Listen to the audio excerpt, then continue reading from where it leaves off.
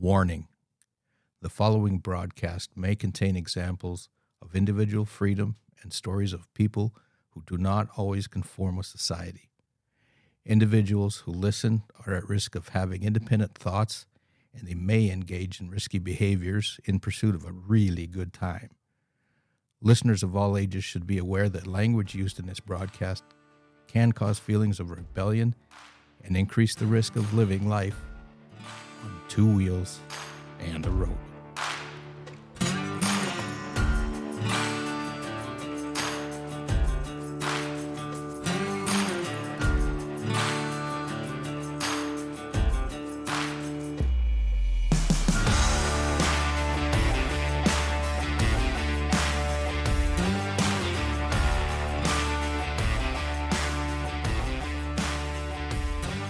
Welcome, everyone, to another episode of Two Wheels and a Road, where we're exploring the great roads of North America one ride at a time.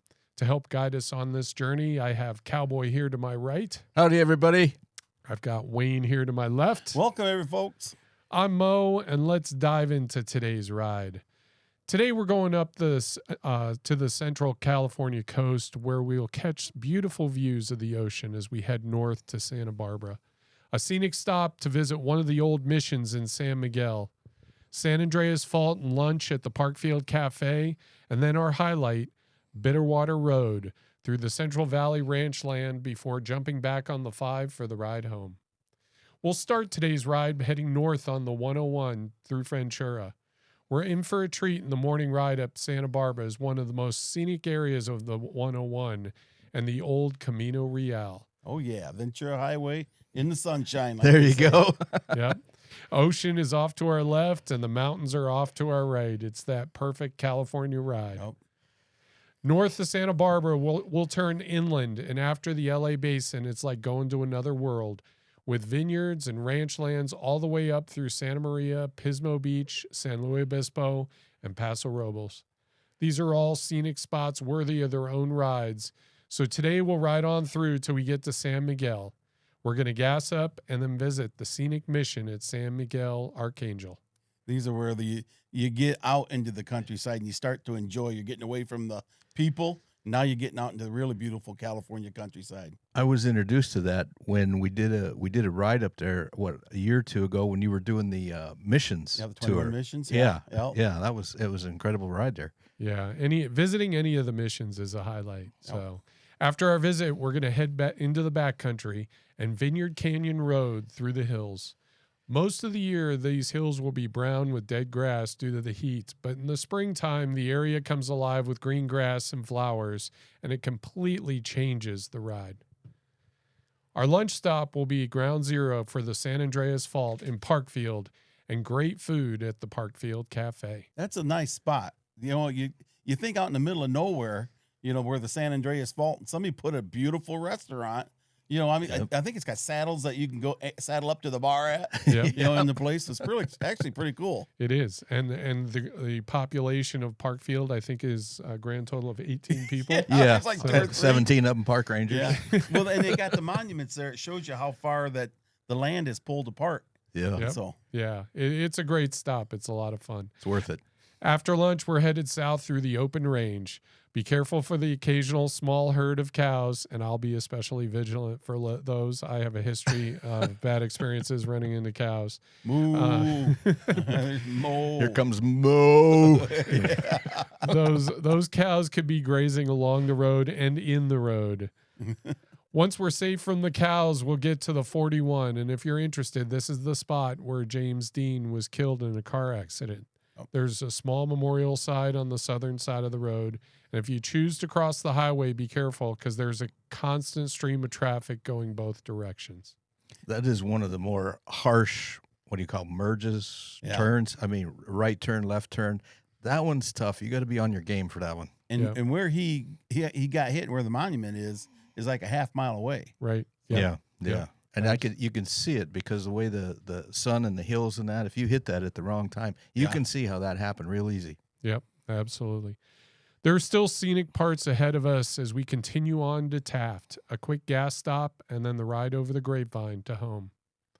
Also in today's episode, we're going to talk over a little history from our route, including who was the forgotten friar that established most of the California missions? How did the Vineyard Canyon Road get its name when there are no vineyards on it? And who was the Hollywood celebrity who crashed his brand new Porsche Spyder on Highway 46? I wonder who that was. Yeah. Spoiler alert. Yeah. Oops, we might have ruined the surprise on that one. In the end, we'll join you back here with some notes from the road. All the maps from today's ride are available to download at twowheelsandaroad.com. You can find our channel on YouTube, Rumble, or download the audio version on Apple, Spotify, or iHeartRadio. YouTube? All right. YouTube, I know, we're going big time. And if you like our show, don't forget to follow, or even better, share with a friend. Now it's time for a quick break, and then we'll be back to talk a little route history.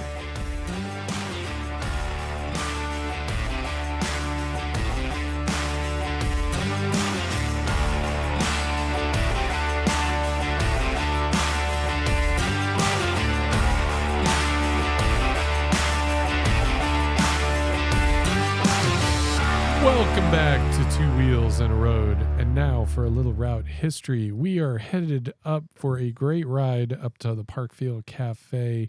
And there is some amazing history on those roads. Oh, yeah. So looking forward to sharing that with everyone. The first thing is we're going to start our ride on what's called the El Camino Real, which is the King's Highway.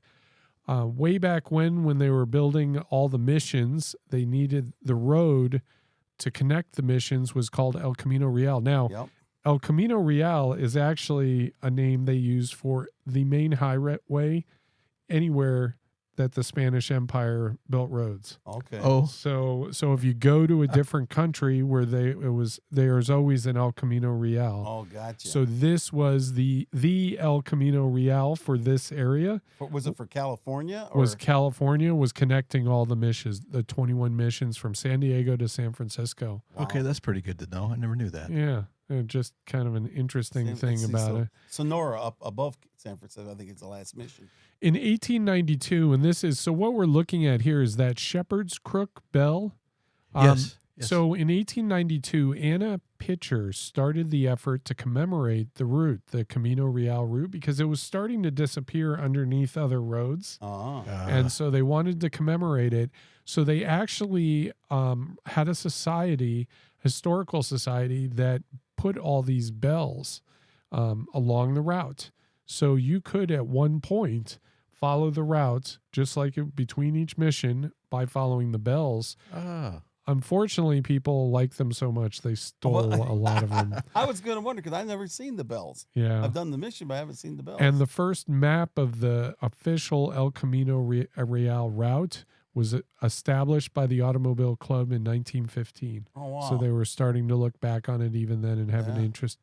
They could kind of see the history and probably see where things were going, that they better commemorate it fast because it was going to disappear. Yeah.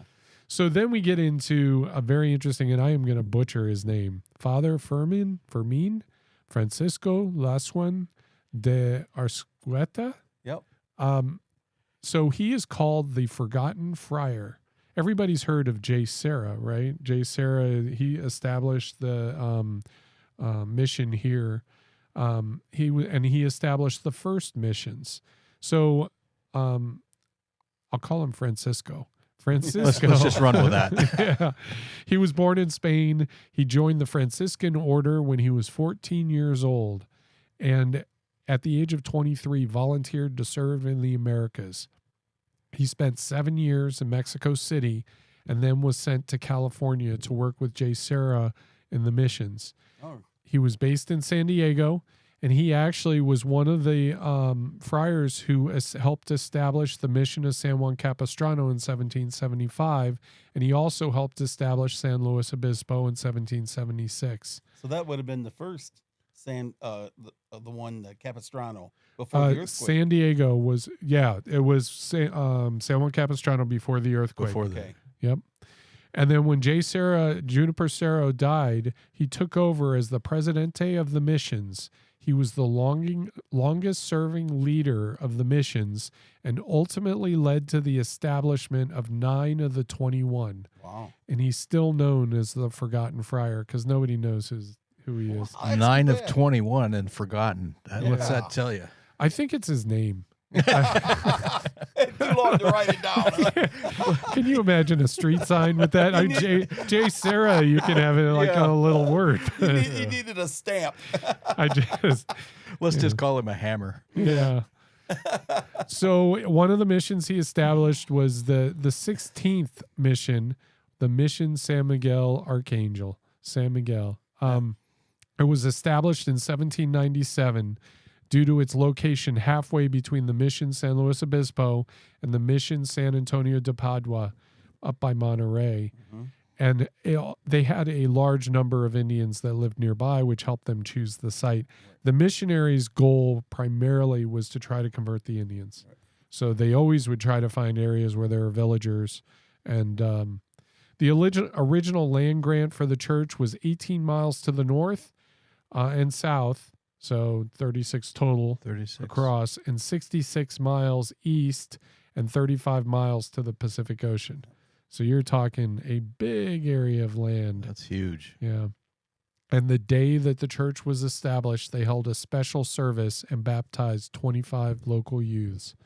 The original church was wood and it was burned down in 1806. And then they built the permanent adobe church that you see today. So when you go there, you're looking at the actual church that they had in 1806 with the tile roof and everything. Wow.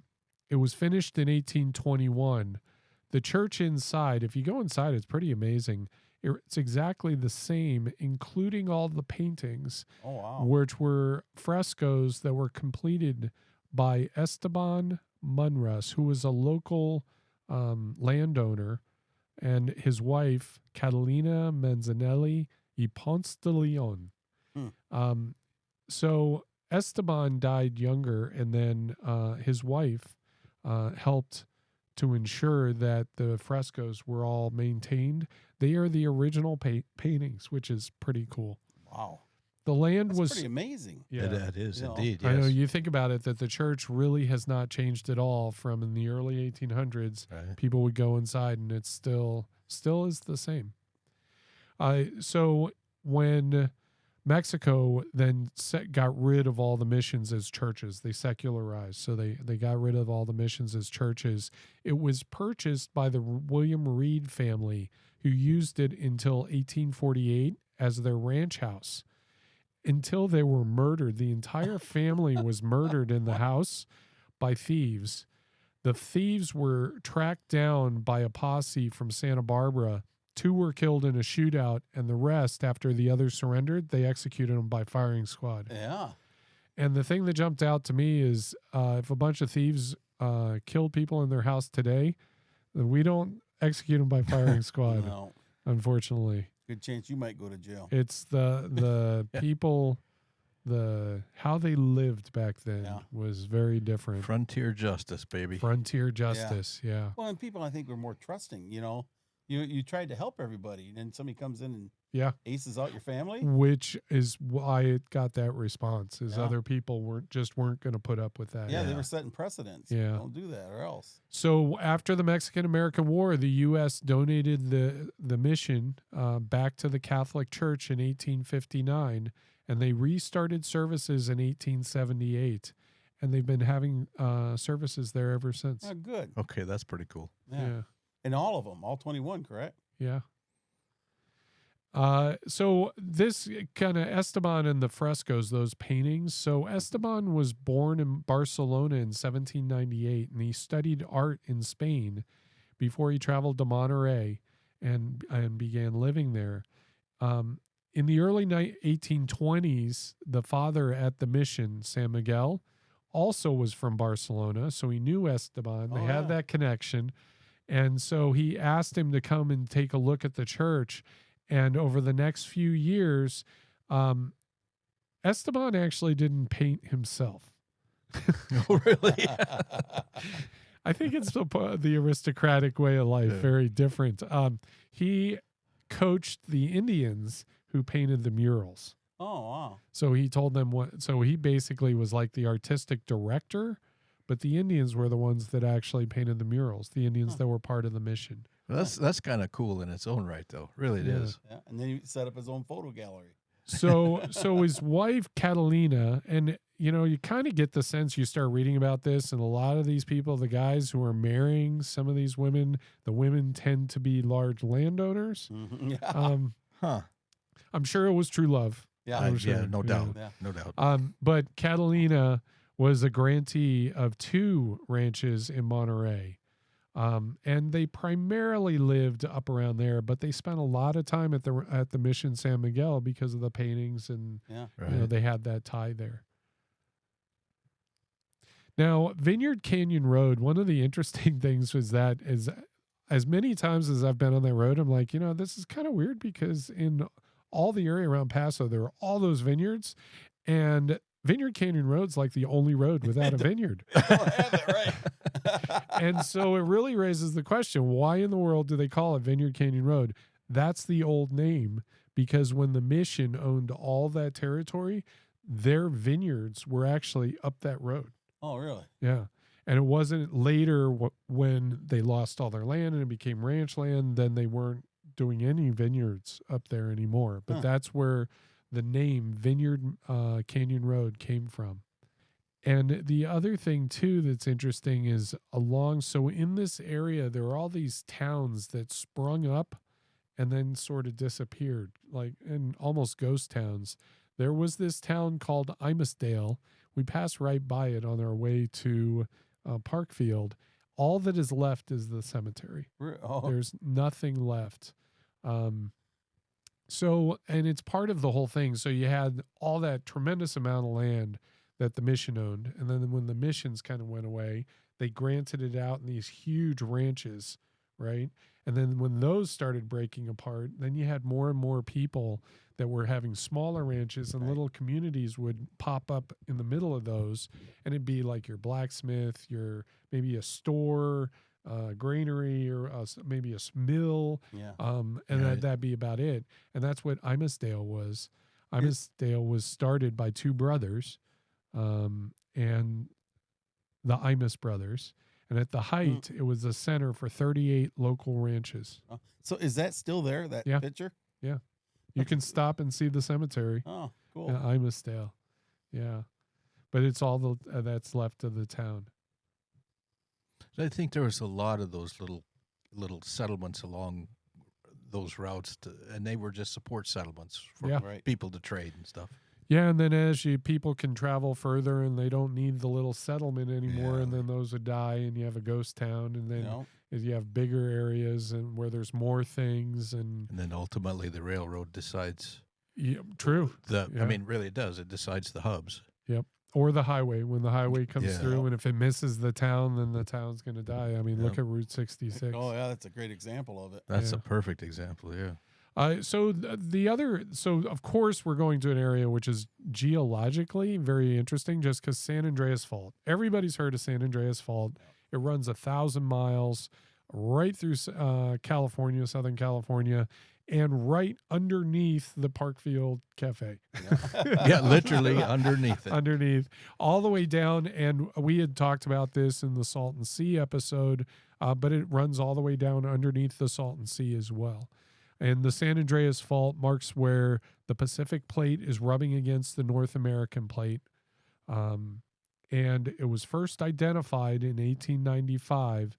And it was the culprit, the San Andreas was the culprit of the 1906 Great San Francisco earthquake. Okay. And on average, the fault produces at least one major earthquake of over 6.0 every 20 years. Oh, wow. So the clock's ticking, and we're overdue. Yeah, we're overdue. We're overdue, I was trying to think, when was the last... Yeah. Well, Whittier or else Northridge, I suppose. There was the San Francisco one that happened during the... Oh, yeah. Not too long ago. Wasn't that a baseball game? Yeah. It was in the middle of a that's baseball right. game? Yeah. But that's been 20 years ago, Yeah. probably. Probably more, Yeah. actually. But that sign's a great photo shoot. If you're over Yes. at Parkfield, get yourself a sign, picture of that sign on your. It bike. is as you cross the bridge Yep. right there, and the sign's right there. You can get a picture. And I was going to say the bridge itself is a pretty good photo shoot. I've crossed my bike sideways in the highway and Yeah, got that's a good got, spot. got that bridge in the background. It makes for a great photo. Yep. Yeah. So just like other like Imusdale, Parkfield grew up, sprung up because of the things that were going on. It was a thriving town for local miners and ranchers until the mine shut down, and then it kind of died. However, it did have its own post office, which meant it was something on the map. Yep. And it had its own post office from 1884 all the way until 1954. Wow. Today, the population is 18 people. But it's a classy spot. You pull into Parkfield, and I mean, it's really nice around there. It's clean and Yes. got, like modern stuff to it. And you dodge the chickens as you're rolling in. And Yeah. but it is. It's very well kept and kind of ranchish, and it's really nice place, nice And break good- to roll into. And good food. Oh, indeed. And the people that run the Parkfield Cafe are just the nicest people. Yep. Awesome. So highly recommend going there. The food's great. The people are great. And look around while you're there. Go across Yeah. the street. You'll see a bunch of San Andreas fault stuff. Yes, absolutely. Since 1857, Parkfield has experienced a 6.0 earthquake or greater every 22 years. Now, Parkfield is the most closely observed earthquake zone in the world. In 1985, they established the Parkfield experiment, where they're attempting to predict earthquakes. Oh, really? Yes, so it is literally the most monitored stretch of Earth for earthquakes in the entire world. Isn't that so? In the world. Parkfield. In Parkfield. Yeah. I In mean, Parkfield. there's nothing there. Well, I wonder if they even get excited. Yeah, It's like, That's another earthquake. Who Yeah, wants a soda? Maybe not. They Yeah. might not. But it's a great place. It's Yeah. and of course the picture, be here when it happens, earthquake capital of the world. Yeah. Yeah, exactly. I have a great picture when I rolled out of Montana and met up with you guys on a ride to Parkfield, and you got my dirty old nasty bug-colored covered bike right below that water tower oh, there. okay, Yeah. yeah. Yeah. Yeah, I remember that ride. And all of a Well- sudden we were out there and there you show up. And I you- show up. You yeah. were from Montana or something. Was that the trip that we took off and had to go through that flooded road? Yeah, I think it was. Probably I could think have it been, was, yeah. Yeah. So going back now in 1844, 6 square leagues, and I'm not exactly sure what a league is, but it's a lot of land, were granted from the mission lands to Mauricio Gonzalez. However, the land was abandoned due to Indian raids, so it didn't do him any good to get the grant. In the 1850s, one of the wealthiest people in the area were Charles and Ellen White, but they were more in the Monterey area. However, you can see some of the opportunistic how people were back then. As soon as California became a state and it was ruled that they would honor land grants, Ellen petitioned for ownership of Rancho Cholome, which is that whole area, that Bitterwater where it flooded and everything, that entire area. Wow. She petitioned for it as a land grant, even though it was after the fact, so that now that it was a state, they were going to honor her grants because nobody else wanted the land. Yeah. So that's how they managed to squeak in and get that. And then they later sold it to William Hollister in 1867. All of this. So William Hollister was a really rich guy, owned a ton of land, wasn't going to spend a whole lot of time down here in this area because it is really the middle of nowhere. And that's where we kind of introduce another one of those interesting characters, a guy named Robert Jack. Okay. And he was from upstate New York. Jack served in the Civil War, and he actually was a veteran of the Battle of Gettysburg. Oh, really? Yeah, Wow. in the New York Regiment, he served at Gettysburg. After the war, he moved to California, and he became Hollister's accountant. And in 1867, Hollister split his interest in the ranch with Jack. So Wow. Jack ended up owning, and who knows how many thousands of acres Yeah. this Yeah. is, and it became known as the Jack Ranch. Hmm. In 1866, the ranch was sold intact by the Jack family to the Hearst Corporation. Oh, there you go. Yep. and it remains a working ranch. You know, the Hearst Corporation, they have working ranches Right. all over, Right. and they have thousands of head of the cattle. I mean, They got zebra. yeah, They got all sorts of stuff. Yeah, But it just goes to show, because you think of Hearst Ranch and you think of the coast, you don't Right. realize that. I mean, that's a hike from the coast, and yet there Yeah. they are, thousands of acres. thousands. So that whole area, when we're on the road, where we go around the curve and the cows are in the middle of the road and all that, Yeah, that. yeah, That's So Jack's old ranch. that's the Jack Ranch. That Hmm. whole stretch all the way down Wow. past where we run into the highway. Okay. They own all that. Yeah. Well, now we can say Interesting. we know Jack. Yep. Yeah, literally. So then we Oh, yeah. at that intersection where Bitterwater runs into the 41, we're of course everybody's heard of James Dean. James Dean was an actor whose career only lasted 5 years, which is pretty amazing. Only 5 years, and everybody knows. If you say James Dean, everybody Yeah. knows. To this day, yeah. Yeah. I know my mother was devastated. She's told stories about how she was one of the actors that she followed. Yeah. So he grew up in L.A. in Brentwood and went to UCLA for 1 semester as a drama major. Only 1 semester. Wow. Yeah. He starred in 3 films: East of Eden, Rebel Without a Cause, and Giant. I have them out of order there, actually. I think he did Rebel Without a Cause first, then he did East of Eden and Giant last. He was very interested in racing, and he had hopes. His dream was not the acting. His dream was to become a race car driver. Right. He wanted to race in the Indy 500. Oh, wow. Yeah, so he had big goals. Yeah. Young man. Sure. Looking forward to it. That picture there is his car. What was left of it? What yeah. was left of it. Yeah. In September of 1955, he purchased a Porsche 550 Spider. And on September 30th, he was out breaking in the engine with some friends. Now, this is before the accident. He received a speeding ticket at about 3:30 p.m. At about, it was 5:59 p.m. on Highway 41, which you can get a good head of steam going Oh, yeah. on that road. It's got some curves to it, which would be fun, but also straightaways, and you Yeah. can get going pretty darn fast. A Cal Poly student was turning left, and he turned left in front of, which is not hard to understand. If he's going so fast, he might have started turning left before he even sees the car. There were several witnesses there, including a nurse who was right there on the scene. She said that she felt a pulse, but he broke his neck. Oh. And so by the time he reached the hospital, he was dead. He was nominated for 2 Oscars, which were the second 2 films that he did, the East of Eden and Giant. But he was also nominated after he died. He's the only actor ever to have been nominated for or receive 2 posthumous nominations for Oscar Wow. for films.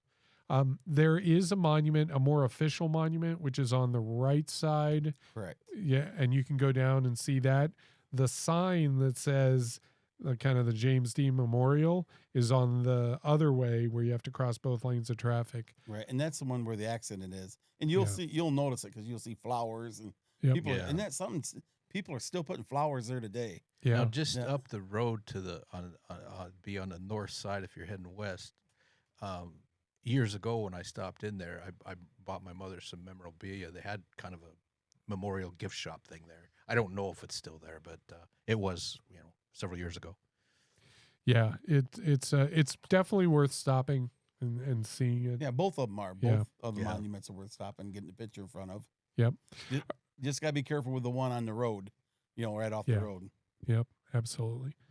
So going from there, and this is, again, we're working our way back home, but we're going through a very interesting area, which is Central Valley, where the 58 runs into the 33, is a small town of McKittrick. Oh, yeah. In this area is a series of asphalt lakes, tar pits, just like La Brea tar pits. Wow. There are tar pits out there where they found all sorts of mammoth, saber-toothed tigers, all these animals. Really? I never knew that right Oh, there. no. So, yeah, and The area has a history of oil seeps, and of course now it makes sense why all the oil wells rigs are there. But it was used by Indians as pitch for their canoes. So the area's been used for centuries. The railroad came through, and it helped because I didn't quite realize that California was the second biggest oil-producing state in the country for a while. And so that's an interesting geological thing. And this is a picture of the historical marker that you can see there if you feel like taking a look. The asphalt lakes now are pretty minimal. Are like they? It's a little patch. I think they've drained a lot of the oil out of. Yeah. Well, there's a movie. The movie itself is a bit harsh. It's called the book was called Oil, and I think the movie was There Will Be Blood or something. But it does, if you can follow the movie, it shows the progression of oil drilling in that particular area and pipelines and surveying all the way to the coast of it would be north of Santa Barbara, where now they offload ships and stuff like that. And the scenery and everything, I mean, it's all legit, and it kind of shows you the development of the oil industry in that particular area. Huh. Wow. There will be blood. It's I think it's called There Will Be Blood, and it was based on a book called Oil. Okay. All right. Daniel Day-Lewis was the prime actor in it. Oh, really? We'll have to check it out. So all the way up there and down to the La Brea tar pits. So I wonder if there's like a stream or something, that connects the two. Does it go that far? Well, it's interesting because like they talked about it, how and it might be that because geologically you have the fault lines that run, and then the oil is coming up, like seeping through the fault, and you have these where the oil will literally bubble up to the surface in this area. Yeah, it's an interesting thing that goes on. Well, when I seen the La Brea tar pits, you go there and it smells like rotten eggs. Yeah. And I'm thinking, leave it to a city like L.A. that complains about cow farts, and they build a city around the La Brea tar pits, So as we're heading home here, we're going over, and we call it the Grapevine now, but it's Tejon Pass. So Gorman, which is just past Fraser Park, right? It was a historic trading crossroads for thousands of years. Okay. That was a place where people would go through, and in 1772, a Lieutenant Pedro Pages first crossed while chasing deserters from the army. And then, of course, there was Father Jose Maria Zalvadia crossed. Now, he's the one that gave the route Tejon, which is badger, because he found a dead badger as he was going up there. So that's why we call it Tejon Pass. Huh. Now, they built the road through there connecting L.A. to the Central Valley. It was built in 1910. It was a very notorious roadway. If you look here in this picture, this is what is called Dead Man's Curve. Because there were so many accidents on this stretch. And you can imagine you coming around that curve in a truck. Oh, boy. Yeah.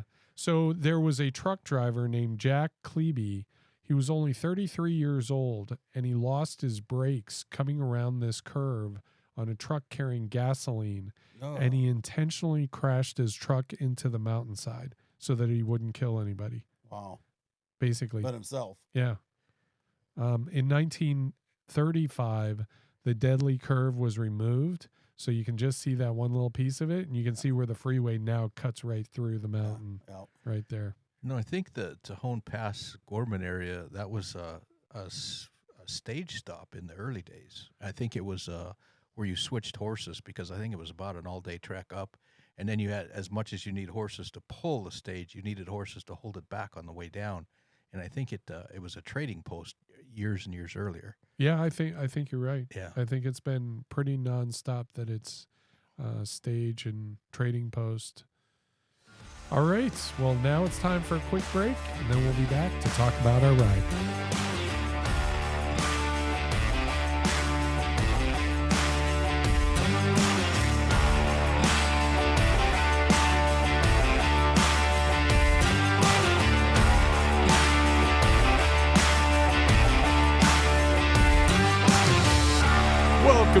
to Two Wheels in a Road, and we are out here on location. We are going to be a little bit more subdued than we normally are because it is a Sunday, and we are here in front of the mission. And as we talked about in the history, it is a working church. Yep. So people are arriving to go to church. We don't want to disrupt them.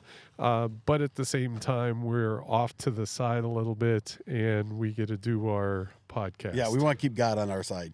Yeah, I mean, that couldn't hurt anything. Yes, absolutely. Like to keep friends in high places. Yeah. So we had a great ride up here this morning. Now, our maps actually start in Ventura, Okay. and then come up here. We, however, did not. we started way down in Orange County. It's going to end up being about a 600-mile day, Yeah, probably. roughly. Yeah. We're close to 300 now. It was this morning was a little chilly.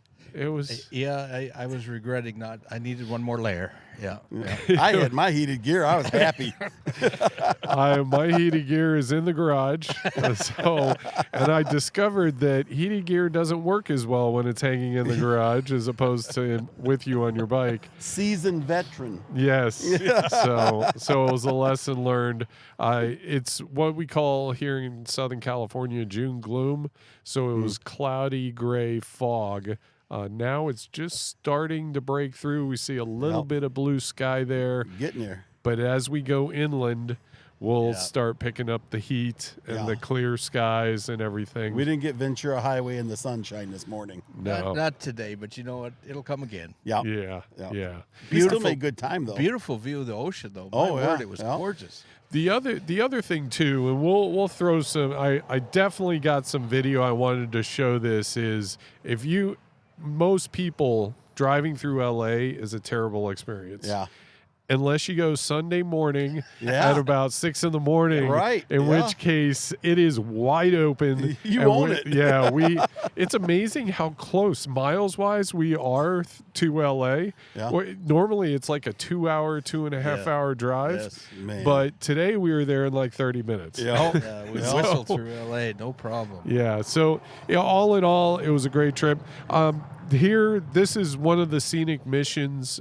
Definitely a place to stop, tour. This is the visitors entrance right behind us, and further down, we'll get some good video of it. Is the church itself? Yeah. But just a beautiful spot. Definitely worth the trip. If you're in the neighborhood, come here and visit this. This is a historic landmark. Or if you're doing the missions tour, you can even get a book and get all the stamps of the missions. That's right. This is one of them right here. That's right. And the trail getting here, the road, has a few of those shepherd bells to kind of keep you on track. Yeah. That's right. The Camino Real. Yes. Which and not all of them have been stolen. So I don't know if we'll pick it up in the video, but I kept trying to have the camera going, and so that people at home could see them out there. But yeah, periodically you see them there. Across 3 or 4 I saw. I don't know how often they have them, how many miles, but it's pretty cool. That's the original Kings Highway that came up right along the coast. Yep. They had an eye for beautiful roads. Yes, they did. Yeah, sure did. And made its way all the way up here. So we are going to now move on to the next stop is going to be Parkfield Cafe, which actually isn't very far from here, but we'll go up Vineyard Canyon. Yeah. Should be a beautiful ride, probably clearer weather, and actually it's clearing up as we're talking. You can see. And that's why I was doing the earthquake capital of the world. Well, and as long as we're there, we might as well stop and have something to eat. We're there. Good food. That's Good right. food. A good ride, a cheeseburger. I mean, you can't go wrong. Yep, Indeed. Can't complain. All right. So with that, we'll pack it up and we'll catch you at the next stop. See ya.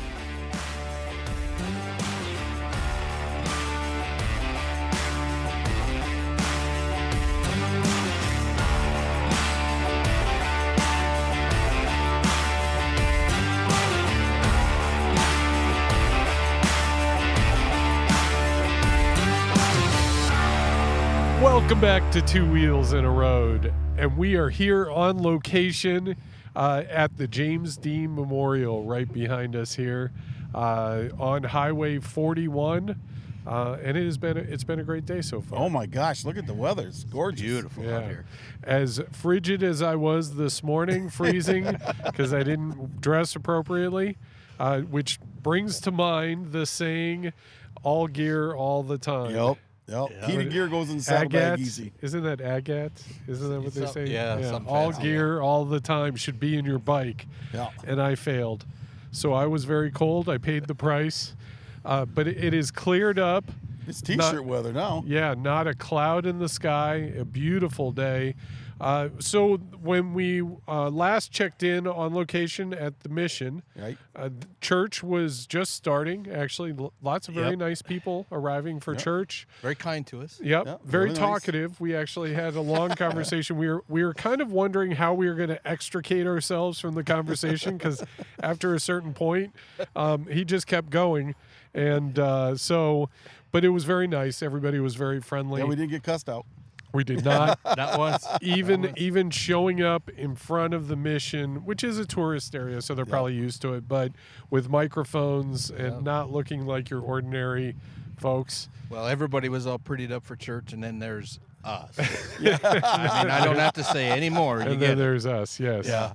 So then after that, we went down Vineyard Canyon Road, which was just fantastic. And as I was riding along it, and you go and it's hugging the valley down there, and I was thinking back to when the Mission was a going mission. Oh my gosh. And that's yeah. where they had their vineyards. And it kind of made sense because it's a nice sheltered little valley. Yep. Beautiful. And it would be perfect for growing grapes, and it's Yes. within walking distance of the Mission. So it kind of, you could see that as you're riding along, just a beautiful ride. And then you kind of pop up over the hill.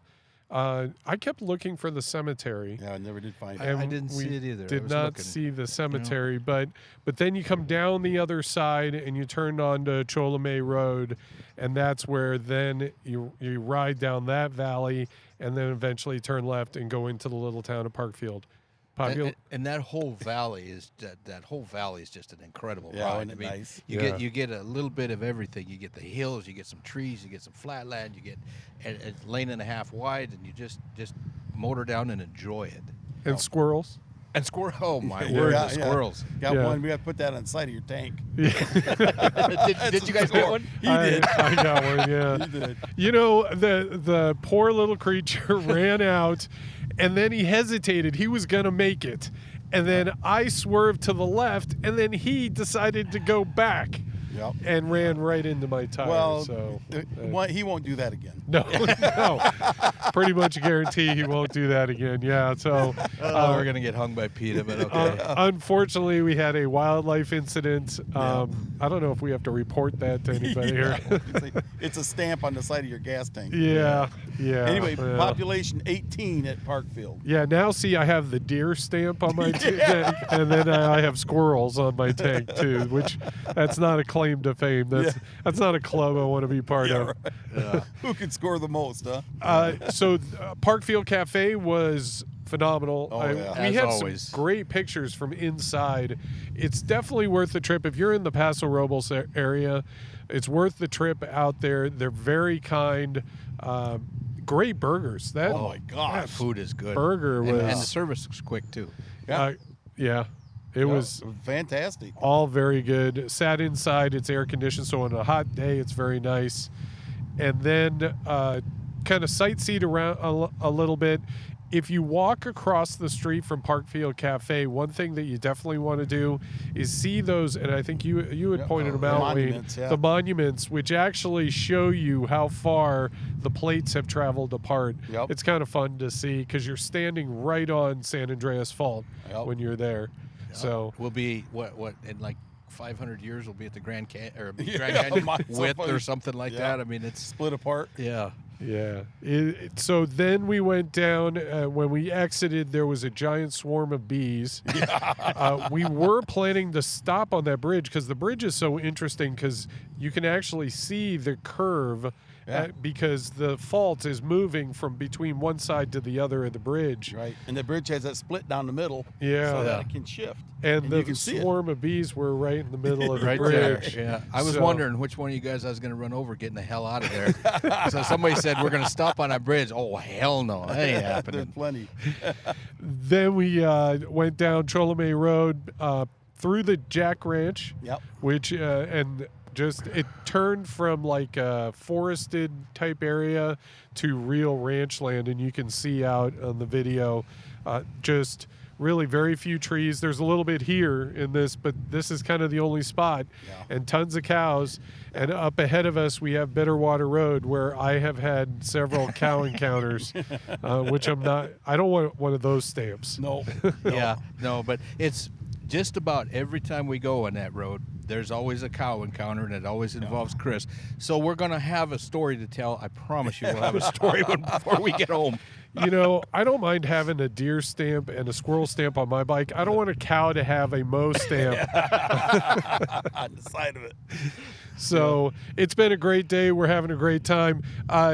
This is well worth it to stop by. And just up the way there, you can see the intersection where, unfortunately, James Dean lost his life. The original spot. But the memorial's here. If you enjoy his movies and want to pay respects, here is the spot. Well, and you know, they moved the highway over. This used to be the original highway right here. Yeah. But they've moved it over, so now it's kind of a nice little stop. And it's quiet. And there's the Jack Ranch Cafe if you want to stop and eat. So we will check in again. We are going to do one more on location down at the oil wells. We're going to check on the oil wells down there, and we will see you there. All right. See you later. Peace out.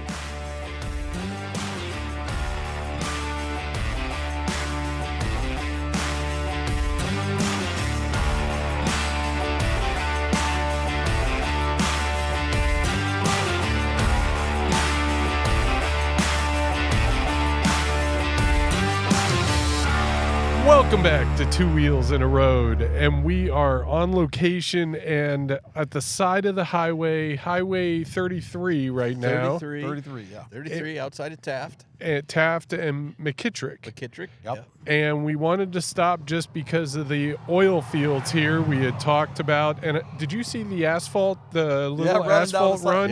Yes. Running down If the you- side of the hill. Keep your eye out on the side of the road. You can actually see the oil oozing out of the ground and running along the side of the highway. Yep. And they, of course, have these oil wells here, which is pretty amazing to I see. suppose, I'm going to guess crow flies 10, 15 miles west of the 599, probably 99 or 5, Yeah. probably the 5. Yeah, be the 5.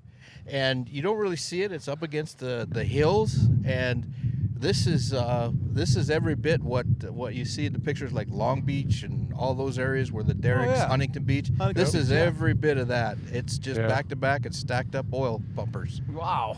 Yeah. Well, you know, now that I'm standing here, I like to count myself an educated man, but I wouldn't know if these things are pumping peanut butter.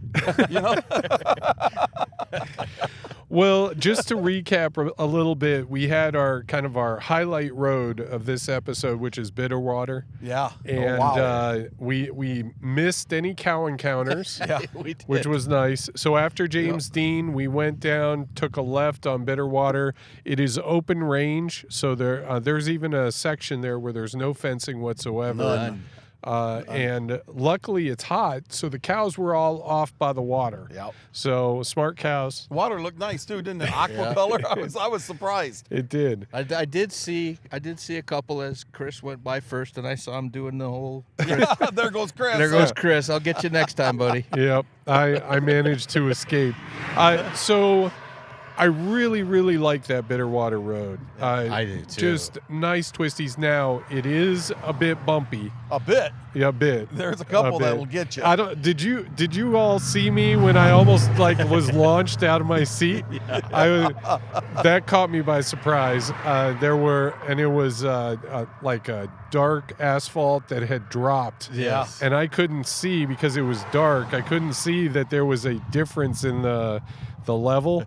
and I hit that hard. Well, and we talk a difference. We're talking 4 to 6 inches different. Yeah. Yeah, It it was quite a launched. drop. It launched. Yeah, it was that was a bit rough. There are front end eating potholes and bumps, but it is a great road. It's a great road to go slow. Yeah. Yes. I mean, you want to pick your way through. Yep. You can find a smooth track.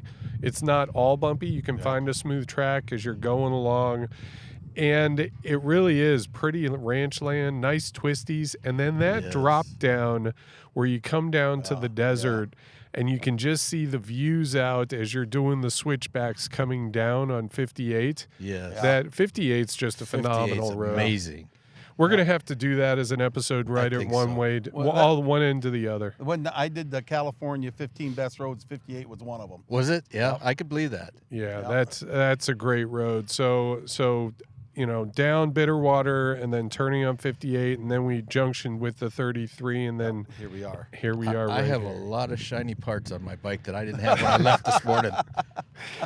I might have left a few sparks back there on right. some of those. Well, Yeah. you definitely tested your suspension. I did. Yes, definitely. Tested the bungee cord for the power pack. Power pack. I was expecting to see that going. I almost launched it. Well, I almost launched myself as the thing I was hanging on just to make sure I stayed on the bike. But it's been a great ride, great day. So Wonderful ride. we've got about 150 miles something back like that. back home. So we'll be getting in a little late, but it's been beautiful. So we look forward to seeing you guys at our ride recap, Yeah. and we'll catch you there. See you there. See ya.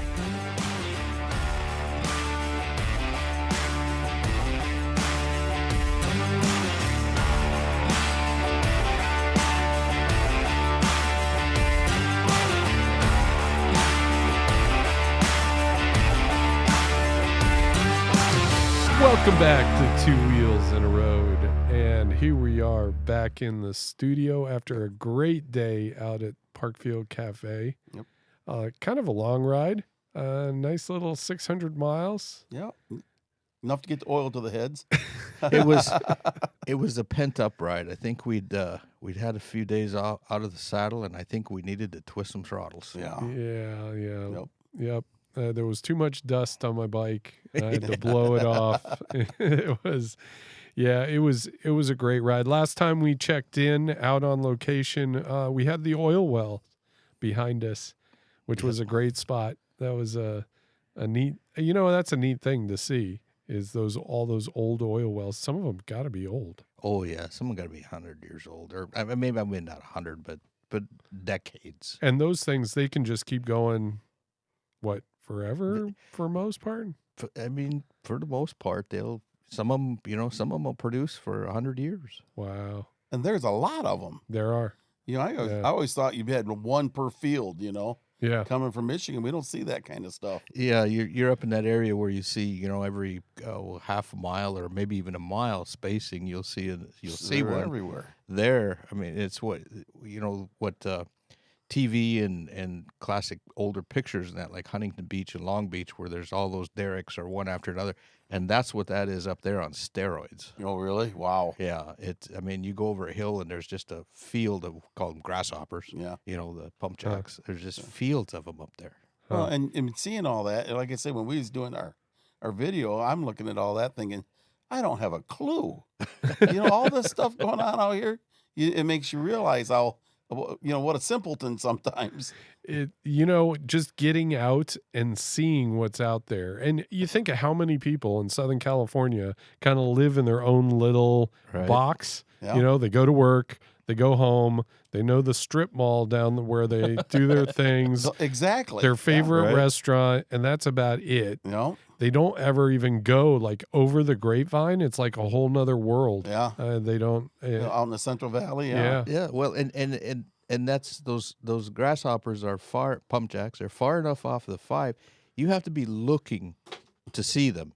You have to be looking off the 5 to see them. And so many people go up the 5, have no idea that right there it is. Well, I can't think of how many times, even my daughter Victoria, how many California people have said, you've been out here, 10 years or something, you've seen more California, and I've lived out here all my whole life. they just don't get out of their little Yeah. comfort zone. Exactly. Yeah. You know? Yeah. So on the ride, we're from there. Then we came down. We merged onto the 5. That's where we found all the traffic on the 5 up over the Grapevine, which we we went lickety split over the. If you can imagine, with what 4 lanes, 5 lanes of traffic, and it was pretty full with trucks that are slowed down on the one side. And we are basically swerving between them in and out. We used all the lanes and in between the lanes. and some. Yep. But we made really good time up the hill and then down past, it's Pyramid Lake, right? Yeah. Yeah. Pyramid, yeah. Yep. And down and really got through there pretty unscathed. A couple of times it was stopped up and we had to split. But for coming down the 405, it was not bad. No. Past the 101, down the hill from the Getty, and we pretty much made it home.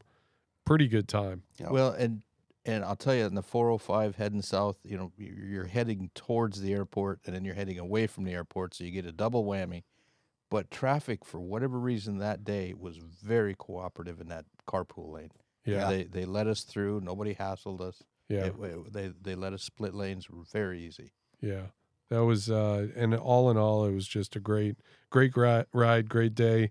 That level of tiredness when you've had a great day of riding and you get home and it's just like, I'm going to relax. Yep. That was really nice. So why don't we, favorites? Wayne, do you have a favorite from the ride? When we was at Parkfield, they got that bridge that goes across there with the San Andreas fault. Uh-huh. And you can literally, you look at a bridge and you look down the rails and you hope it's straight. Where the fault is, you can look down that bridge and you can see it move out about 12 inches or so, about a foot basically out of straight. And that's part of what happens. And the bridge is even built specifically. The pylons underneath it are staggered, so that it gives that grace period or that grace for that bridge to move around a little bit underneath there. Wow. So I thought that was pretty interesting. Yeah. And that's also where there was swarm of bees wasn't it? Yeah, we come across that bridge. And then the birds came and got it. And the birds, which I had never seen before, is that flock of birds going after those bees and having just a great time. In the middle of the bridge. Yeah, that was... Well, we were kind of like the only ones there. We were early enough, I guess, in the day. And when we crossed that bridge and stirred that net, well, I was last. Mm-hmm. And as I said before, I was wondering which one of you guys are boatsy I was going to run over to get the hell away from those bees. Well, about that time, apparently our bikes or the bees stirred up the swallows that were living underneath the bridge. And then for us, it became like watching swallows. Little dive bombers, man. Yeah, it was entertaining watching them coordinate because the swallows never ran into each other and they all didn't fight over bees. And there was enough bees to go around. And thank goodness we all survived. Yep. But, I think my favorite on that deal was, certainly the pump jacks, and of course I still laugh today that what was that? They could be pumping peanut butter, and that cracked me up. I'm sorry, that was a good one. That was a keeper there. Me not having a clue. But I don't know. They could be pumping peanut butter. Hey, you know what? Well, that was the realization behind it. I'm finally standing there looking. How many times do we blow by stuff? I mean, we say this all the time. Yeah. Finally when we stop and I'm sitting there looking at this like, wow, I never had a clue how much stuff goes on. I kind of count myself to be an intelligent guy sometimes. But I also liked the ride 58. That is scenic. You get a little bit of California, about all kinds of California in there. You get some twisties, you get some height, you get some lowland. I mean, it's a very diverse road, and I really enjoyed that ride. I'm gonna give Cowboy a little prop on that too, because, and I think I might have mentioned this earlier. 58 was one of the, when I did that Southern California ride, 58 was one of the best roads in California to ride. So that if you get a chance, that's giving the Cowboy a little support on that. Yeah, I can see that. That is a great road. And all the way, you go all the way over to Santa Maria. Isn't it Santa Maria? Just south of Santa Maria, and then come all the way across. Yeah, and it is just it's a fantastic road. Yeah. How about absolutely. you, Chris? What was?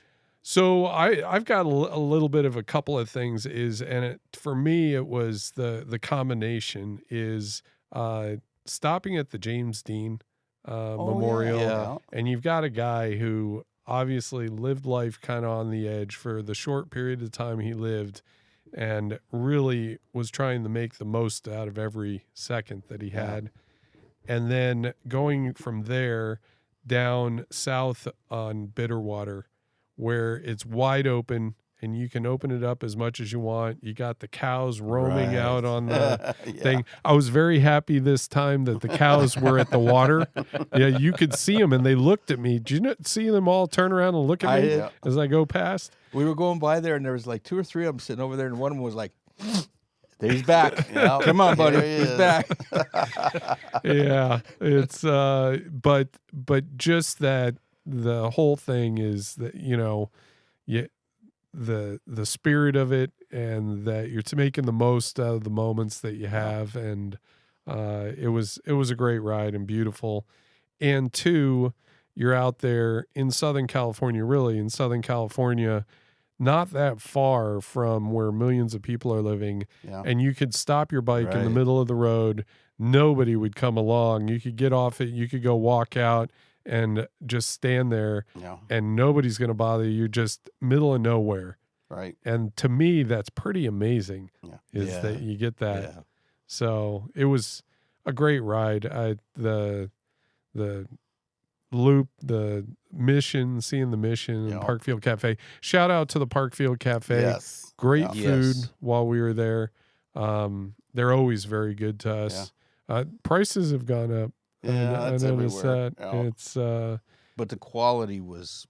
It was that is good. a Yeah, it was very good good. burger. Yeah. Oh, that was a good burger. And we got there right on time. We walked in and got seated right away. They took our order. Yeah. And soon afterwards, it filled up. Yeah. Yeah, it didn't take So- long. It's popular for a town of 18 people. Yeah.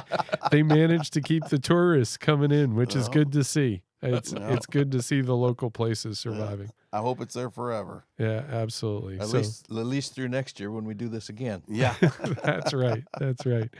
Well, all in all, it was a great ride, great day, and we're gonna head back out there and see some more countryside. So Yep. until then, we'll be back in a few minutes with some notes from the road.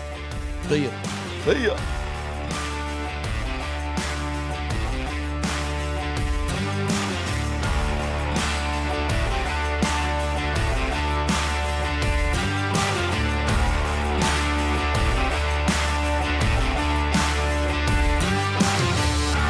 Welcome back to my notes from the road. Southern California is a beautiful place in the springtime. The winter rains are tapering off, and the hills that were burned a brown during the previous summer are now turning a rich shade of green. Flowers are blooming. The mornings are still cold along the coast, but the fog clears and the sun comes out for beautiful days. California stretches over 800 miles north from the Mexican border to Oregon, and gives us a seemingly never-ending playground to explore, a place where we can make the most of each and every day of riding. As the French writer and philosopher Voltaire said, God gave us the gift of life. It's up to us to give ourselves the gift of living well. Nothing speaks to living well better than hopping on a bike and heading down the road to explore this great country. As we all know, living our life pursuing the freedom and beauty on the road comes with risk. Life on two wheels can be the best life, but events can happen along the way that cause unexpected or unpleasant things. Today on the ride, Wayne and Cowboy were kidding me about having a deer stamp on the side of my bike. It was a little over a year ago that my wife and I were riding on a beautiful road in the mountains of Colorado. We were on the second to last day of an 8-day trip and had gone through New Mexico. Our morning started with a beautiful ride over the $1 Million Highway to the little town of Ouray, and that morning there were a few thunderstorms chasing us behind. So we made the decision to skip breakfast and keep going down the road. And about 5 miles after that, a deer jumped out suddenly in front of my bike. I had no time to do anything but brace, and we hit. In that moment, everything changed. We were lucky. The bike stayed up, and aside from bruises, we were okay. The bike, however, was not. And so our great sightseeing trip in one moment turned from relaxing fun to us picking up pieces of the bike and trying to limp to the nearest Harley dealer. All the while I was kicking myself that such a perfect trip had been ruined by something so completely unexpected. It took me a while, but eventually it started to sink in that C.S. Lewis was right on the mark when he said, "We must stop regarding unpleasant or unexpected things as interruptions of real life. The truth is that interruptions are real life." It's not hard to understand how someone in Los Angeles would head up to the Central Coast to escape the city and cruise on the roads through the rolling hills. Just over the mountains from all the people, someone can get on a lonely road in a couple of hours. With the wind in your hair, an empty road, and miles of empty countryside, you're free to live the life that you want. Riding today on those roads, you can understand how James Dean, breaking in his brand new car, chose this area to cruise around. By all accounts, he had had a great day, in spite of getting stopped for a speeding ticket, but he was young, full of life, and he had his new car all warmed up and ready to go. The evening was nice and the sun was beginning to go down. And then on that stretch of Highway 41, his trip and his life came to an end. It's sad when someone so young loses their life. So much promise lost, dreams lost. It's almost enough to cause someone to stay at home, stay safe, and avoid all those risky interruptions that could cause any perfect day to end. But then I'm reminded of what James Dean himself said before he died. You are who you're meant to be. Dance as if no one's watching. Love as if it's all you know. Dream as if you'll live forever. Live as if you'll die today. Have a safe ride this weekend, and we'll see you next time on Two Wheels and a Road. Come on, guys, let's ride.